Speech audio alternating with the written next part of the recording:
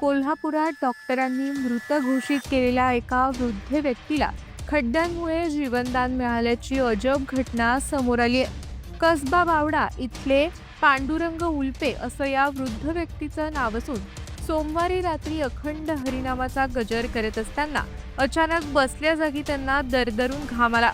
मुखात पंढरीच्या विठुरायांचं नामस्मरण करत असताना पांडुरंग उल्पे यांना हृदयविकाराचा तीव्र झटका आला. कुटुंबियांनी तत्काळ एका खासगी रुग्णालयात दाखल केलं. मात्र प्रकृती खालावल्याने डॉक्टरांनी सोमवारी रात्री उशिरा त्यांना मृत घोषित केलं. मृतदेह घरी घेऊन येताना रुग्णवाहिका खड्ड्यात आदळली आणि चमत्कार झाला आणि पांडुरंग उल्पे यांची हालचाल झाली.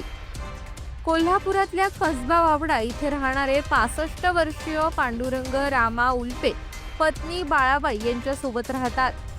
घरात वारकरी संप्रदायाचं वातावरण असल्याने ते सोमवारी घरीच अखंड हरिनामाचा जप करत होते.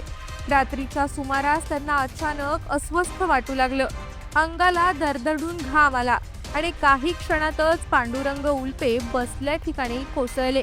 यानंतर शेजाऱ्यांच्या मदतीने उल्पे यांना गंगावेश इथल्या खासगी रुग्णालयात दाखल केलं. मात्र त्यांची प्रकृती चिंताजनक होती.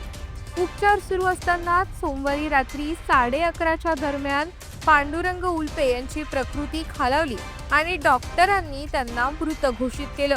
त्यानंतर घरच्यांनी नातेवाईकांना निधनाची माहिती दिली. यानंतर त्यांच्या घरी अंत्यसंस्काराची तयारीही सुरू झाली होती. दरम्यान हॉस्पिटलमधून ॲम्ब्युलन्स घरी येत असताना वाटेत मोठ्या खड्ड्यात ॲम्ब्युलन्सचं चाक गेलं आणि याचा धक्का बसल्यानं पांडुरंग उल्पे यांच्या शरीरात हालचाल झाली. हे नातेवाईकांच्या लक्षात आलं. त्यांनी तत्काळ ॲम्ब्युलन्स कसबा बावड्यातल्या DY पाटील हॉस्पिटलकडे वळवली. मात्र डॉक्टरांनी उपचार करण्याआधी खात्री दिली नाही. डॉक्टरांनी केलेले अथक प्रयत्न आणि पांडुरंग उल्पे यांच्या इच्छाशक्तीच्या बळावर त्यांनी मृत्यूवरही विजय मिळवला. 2 दिवसात हळूहळू पांडुरंग उल्पे यांच्या प्रकृतीत सुधारणा झाली.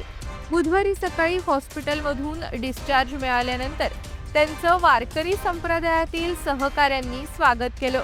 त्यांचं औक्षण करून त्यांना दीर्घ आयुष्य मिळावं अशी प्रार्थना पांडुरंगाचरणी करण्यात आली. फुलांच्या पायघड्या घालून वारकरी पांडुरंग उल्पे यांचं स्वागत झालं.